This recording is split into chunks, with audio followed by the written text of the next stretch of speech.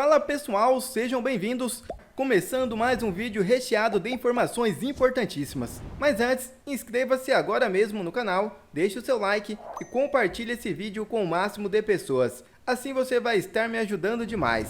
Giro na tela e notícias a seguir.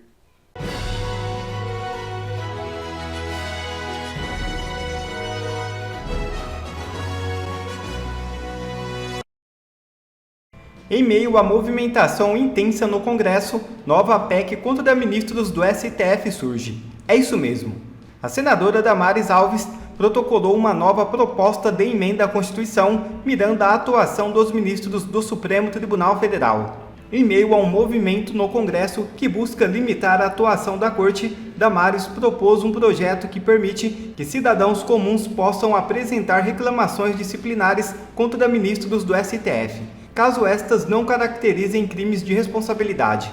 A proposta argumenta que os ministros do STF, apesar de sua importância, estariam atualmente imunes a qualquer tipo de controle. Damares sugere que essas reclamações sejam julgadas por maioria absoluta dos próprios ministros do Supremo, seguindo os parâmetros da Lei Orgânica da Magistratura Nacional. A PEC de Damares se soma a outras iniciativas similares. No mesmo dia, duas PECs conhecidas como Pacotão Anti-STF foram aprovadas pela Comissão de Constituição e Justiça da Câmara dos Deputados. Uma dessas propostas visa limitar as decisões individuais dos ministros do STF, enquanto a outra concede ao Congresso a possibilidade de suspender decisões da Corte que excedam sua função jurisdicional. O ministro Gilmar Mendes, do Supremo Tribunal Federal, se manifestou contra as PECs anti-STF. O tema do programa de hoje que é o seguinte: no Supremo Tribunal Federal, o ministro Gilmar Mendes reagiu à aprovação pela Comissão de Constituição e Justiça da Câmara de 4 projetos que buscam limitar a atuação dos ministros da Corte.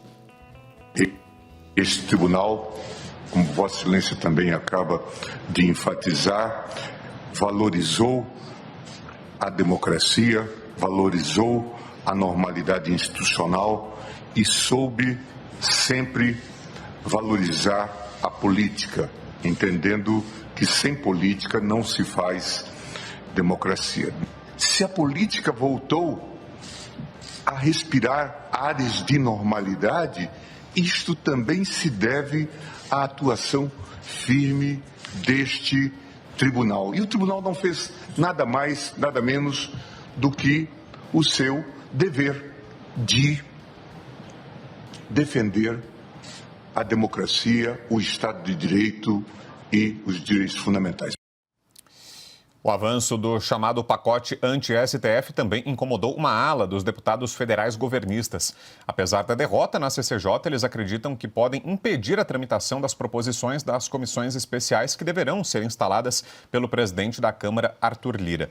Lira, no entanto, já sinalizou que não pretende, por enquanto, acelerar a discussão dos projetos. Procurado por ministros da Corte, o presidente da Câmara afirmou que não irá adotar nenhuma medida que represente uma retaliação ao STF. A gente começa trazendo para você a análise de Alexandre Garcia, direto de Portugal, já aqui com a gente. Alexandre, queremos te ouvir sobre as medidas aprovadas na Câmara e essas reações que já vimos ontem com a fala do ministro Luiz Roberto Barroso, do presidente da Corte, agora o decano Gilmar Mendes se manifesta no mesmo sentido. Lira já conversou com alguns veículos, dando a entender que não vai colocar em pauta, que vai travar a tramitação desses projetos. Qual a sua análise, Alexandre, sobre esse cenário, sobre essas propostas? Boa noite. Boa noite, Vitor Brown. Boa noite, Ana Paula, Augusto, Piotr. Que bom estar com vocês nesta sexta-feira. Bom, em primeiro lugar, eu acho que Arthur Lira sabe muito bem que ele é um. E os deputados são, com ele, 513.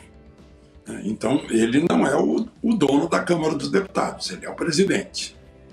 E a decisão na Comissão de Constituição e Justiça foi uma grande diferença, se não me engano, 32 a 12, a 16, algo assim. Né? Bom, queria falar sobre as declarações que eu ouvi agora do ministro Gilmar Mendes. O que ele disse foi o seguinte, né? Eu vou repetir a frase aqui.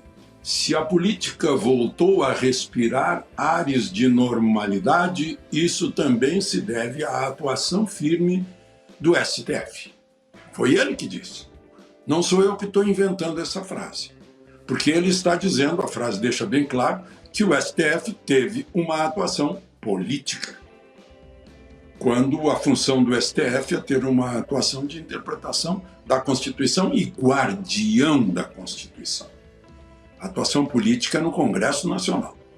O próprio então presidente Fux, no discurso de posse, ao assumir a presidência, o ministro Luiz Fux disse que ao substituir decisões do Congresso, né, o Supremo cai numa consequência deletéria. Ele usou essa palavra, deletéria. O Supremo se destrói ao se meter na política. E isso é verdade. A função do Supremo não é essa. O Supremo, para valorizar a democracia, tem que obedecer à Constituição, artigos 127, 129, por exemplo, é a primazia do Ministério Público na iniciativa, e não ter aquele processo que Marco Aurélio chamou o inquérito do fim do mundo. Tem que respeitar o artigo 53 da Constituição, que diz que são invioláveis deputados e senadores por quaisquer palavras. Tem que obedecer o inciso 4º do artigo 5º da Constituição, que é a cláusula pétrea, em que é livre a expressão do pensamento vedado o anonimato. Tem que obedecer o artigo 220, que diz que é vedado todo e qualquer tipo de censura, né? E que nenhuma lei conterá restrição ao livre direito de informar, né? Entre outras questões. Isso não fortalece a democracia, ao contrário, né? E tem uma ação deletéria na instituição Suprema Corte, né? Na divisão dos três poderes. É o único poder que não tem a representatividade do voto, portanto, não exerce poder político. Exerce uma ação técnica e não política, ao contrário do que nós ouvimos do decano do Supremo, né? E ele certamente sabe de tudo isso que eu estou dizendo. Ele sabe. Ele apenas está defendendo por uma razão de espírito de corpo. Diante da reação do Congresso, como disse o deputado Dom Luiz Felipe de Orleans e Bragança, é uma reação, né, ao ativismo judicial. São freios ao ativismo judicial, essas propostas, né? A proposta que já foi aprovada no Senado, que está lá na Câmara, que ficou demorando, esperando que Arthur Lira liberasse, e agora liberou, né? Já passou pela Comissão de Constituição e Justiça, vai para a Comissão Especial antes de ir para o plenário, a questão do voto monocrático. Está comprovado. O senador Oriovício, que fez essa proposta, né, fez um levantamento mostrando que de 2012 a 2016 foram 846, 843 decisões monocráticas. E que de 2007 até 2016, a média de demora entre a decisão monocrática cancelando uma lei e o plenário se manifestando depois foi de 2 anos. Ou seja, não é possível que aconteça que um ministro do Supremo bloqueie uma decisão de 71% dos congressistas, como foi o caso da terceira vez em que foi aprovada a lei do comprovante do voto. Depois veio o plenário do Supremo e confirmou esse bloqueio. A gente está tendo aí os efeitos, né? Ainda existem dúvidas sobre resultados de eleição, segundo turno, etc. Mas ao legislativo, o legislar, ao judiciário, o julgar, ao Supremo, ao executivo, o executar. É isso. Montesquieu é isso, né? E todos eles formam esses pesos e contrapesos para balançar. O Supremo está aí adotando medidas, né? Querendo forçar Arthur Lira, não, impeça isso. Gente, isso não é democracia. Deixa a democracia fluir, meu Deus do céu. Não? É isso. O assunto sobe a pressão para o governo Lula explicar a licitação vencida por uma empresa israelense e barrada pela administração federal por questões ideológicas. Depois de o ministro da Defesa, José Múcio, revelar na última terça-feira que o governo petista interferiu em uma licitação do Exército que prevê a compra de blindados, a Procuradoria-Geral da República recebeu, até o momento, 3 representações para apurar o caso. Um dos pedidos foi feito pela deputada Júlia Zanatta. Em entrevista ao Jornal da Oeste, Zanatta afirmou que busca a instauração de um procedimento investigativo para garantir a responsabilização de eventuais atos discriminatórios. Dentro aqui da minha casa, eu posso escolher se eu vou comprar um negócio da China ou dos Estados Unidos, ou, enfim, fazer minhas preferências ideológicas. Agora, na coisa pública, isso não pode acontecer. E eu, como deputada federal, quando ouvi essa declaração do ministro Múcio, fiquei perplexa e disse, não, com a minha função de deputada, com o meu dever de fiscalizar o executivo, eu preciso fazer alguma coisa. Por isso, a gente optou por fazer essa denúncia à PGR e também um requerimento de informação para saber quais foram essas questões ideológicas, porque a gente falou aqui do princípio da impessoalidade, o doutor André falou, mas essa declaração, ela soa também como um antissemitismo. O povo judeu, o povo de Israel, e aí por questões ideológicas, pressão de grupo político. Eu quero saber qual foi a pressão e qual o grupo político. Hoje, em entrevista à rádio CBN de Fortaleza, Lula afirmou que a fala de Múcio não afetou sua relação com o ministro e garantiu sua permanência no governo. Eu sou muito amigo do Zé Múcio. Muito amigo. Esquece o fato dele ser ministro, já foi ministro outra vez. É seu conterrâneo. Mas o Zé Múcio é uma pessoa que eu tenho uma amizade profunda, um respeito profundo. Sabe, eu gosto muito dele. Ele me ligou, sabe, apavorado, porque acho que eu falei alguma coisa que não devia ter falado, não sei como é que eu falei. Zé Múcio, não se preocupe. Aquilo que a gente falou já está falado, já foi explorado. Esqueça e toca o barco para frente. Sabe, se você falou aquilo porque você pensava aquilo, está ótimo. Se você falou porque cometeu equívoco, está ótimo. Você não vai perder comigo 1 centímetro de importância por conta daquilo. O Zé Múcio continua meu amigo, meu ministro da Defesa, uma pessoa por quem eu tenho não apenas muita confiança, mas porque eu tenho uma autoestima profunda pela lealdade dele comigo antes e durante o governo. Ana Paula Henkel, o presidente tenta colocar uma pedra no assunto, passar uma borracha, esgotar o episódio, mas a oposição está se movimentando. São necessárias providências, né, Ana? Não dá para ficar do jeito que ficou, né? Não dá, porque mostra um antissemitismo absurdo. Agora, essa fala do Lula, ele não endereça exatamente do que ele está sendo acusado. Ele fica José Múcio para cá, José Múcio para lá, José Múcio é meu amigo, tenho respeito, José Múcio. Mas ele não tocou no cerne da questão. Na gravíssima declaração do ministro José Múcio. Aliás, Vitor, se o José Múcio, o ministro, é tão amigo assim do Lula, por que o Lula não ouviu o ministro quando o ministro disse que não teve nada de golpe no 8 de janeiro? Que não tem isso. Tem balbúrdia, tem confusão, vandalismo, mas que não teve nada de golpe. O ministro é tão amigo assim do Lula, o Lula devia ter escutado essa declaração do ministro, né? Declaração que ele repetiu algumas vezes.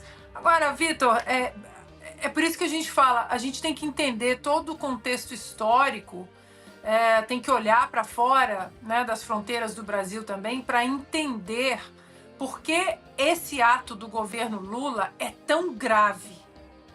Tão grave, porque esse antissemitismo é tão grave contra Israel, contra o povo judeu, porque é tão grave Lula andar de mãos dadas com o Irã, o grande financiador de grupos terroristas no mundo hoje, do Houthis, do Hamas, do Hezbollah, porque o Irã, amigo do Lula, financia hoje todos os grupos que cantam com orgulho do rio ao mar. O que significa do rio ao mar?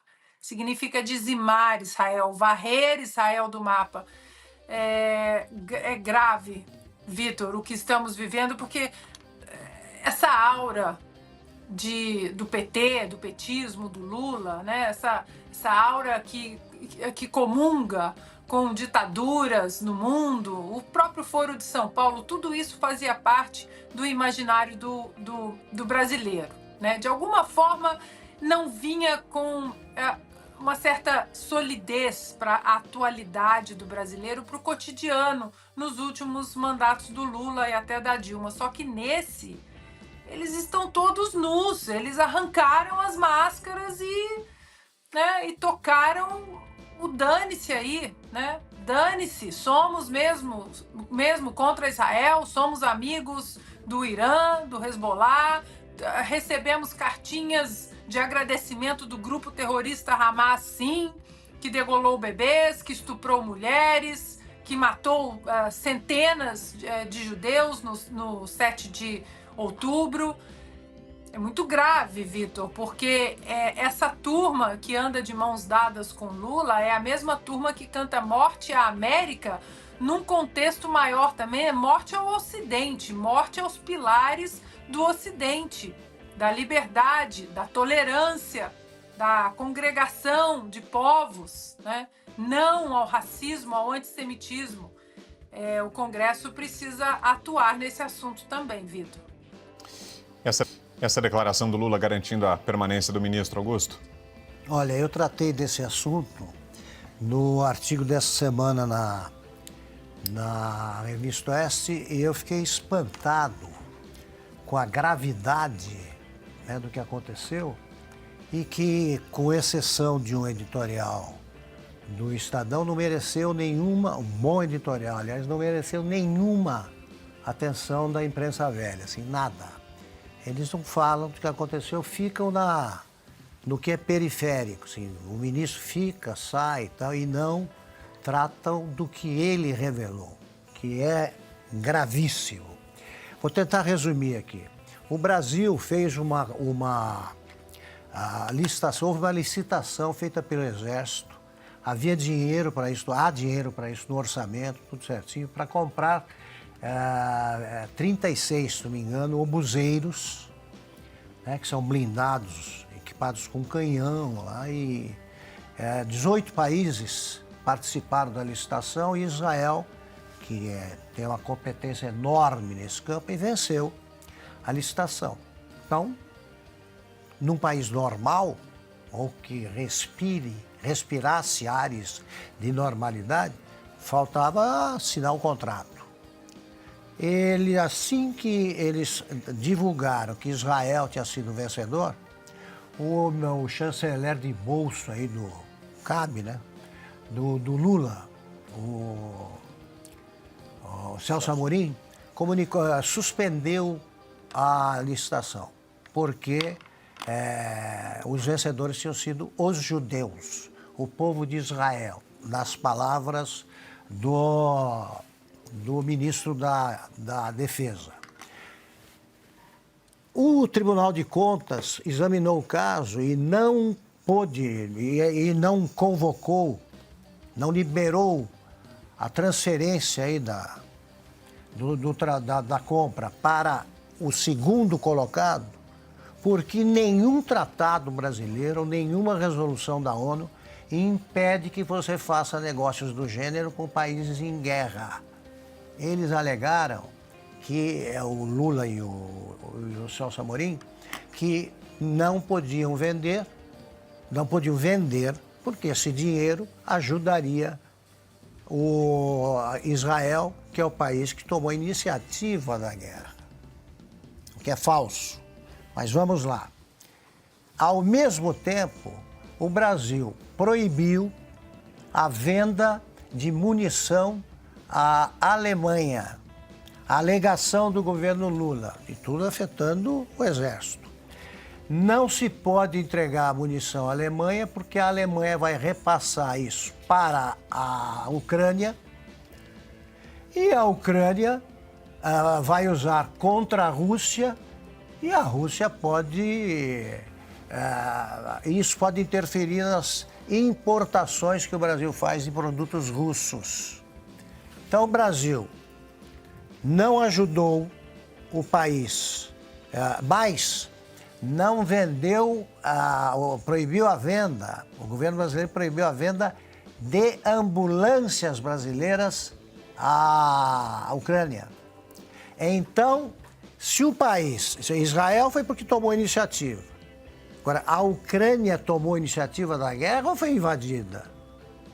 Então, o Brasil escolhe politicamente, e sempre escolhe o lado pior, para impedir que o exército fique menos sucateado, tá, no seu material bélico, e ao mesmo tempo ele quer prejudicar os países, quer que percam a guerra, né, interfere na guerra e não dá a menor bola para chefes militares.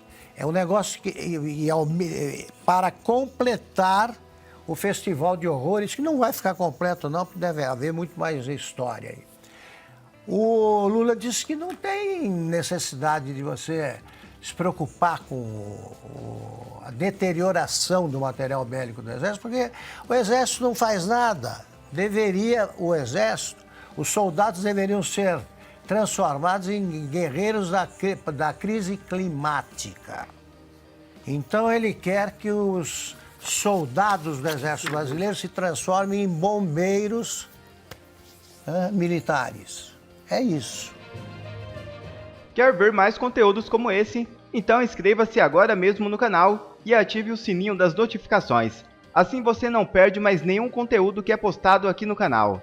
E também já deixe o seu like para o YouTube ajudar a divulgar o nosso trabalho. Fico por aqui e que Deus abençoe a todos.